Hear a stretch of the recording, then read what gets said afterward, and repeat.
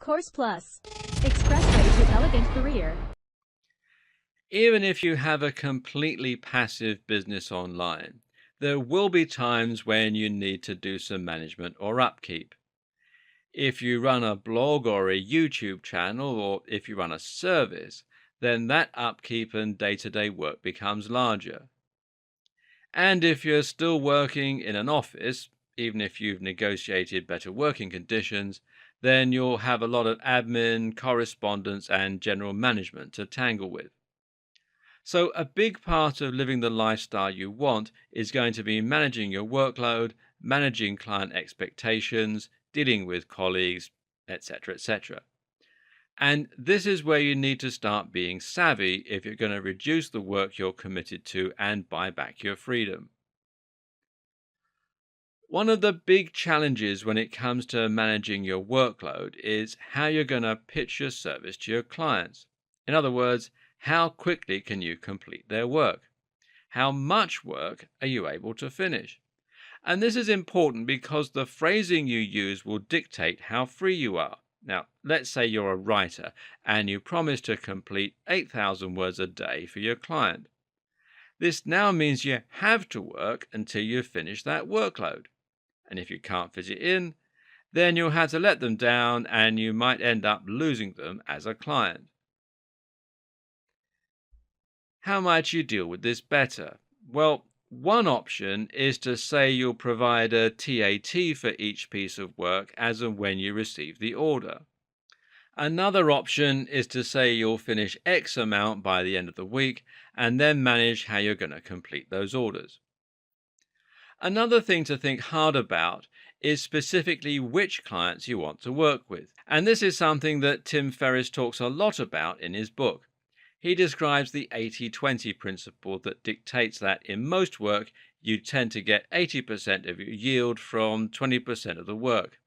In terms of working for clients, this suggests that 80% of your profits will come from 20% of your clients, in which case it makes sense to do some culling. It also makes sense to try and remove all the clients that are particularly difficult. You need to think about the people you work for in terms of their communication overhead. What you'll find is that some clients make everything more difficult by constantly sending emails, asking questions, and demanding Skype meetings. Others will make life easy by paying on time, communicating briefly but efficiently, and generally just trying to help you both get as much work done as possible.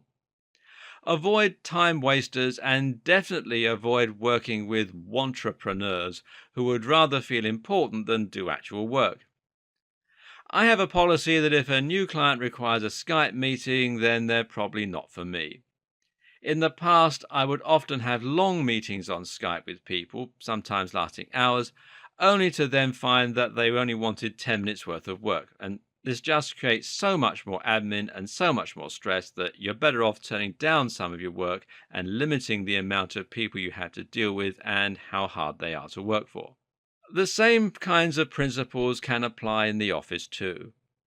If you have any say in the matter, then try to reduce the number of meetings you take part in to an absolute minimum. If you could convey the same information in an email chain, then do. Tim Ferriss again gives some pointers here. One of his pointers is to only check email at set points throughout the day and to set up autoresponders to inform people of that fact.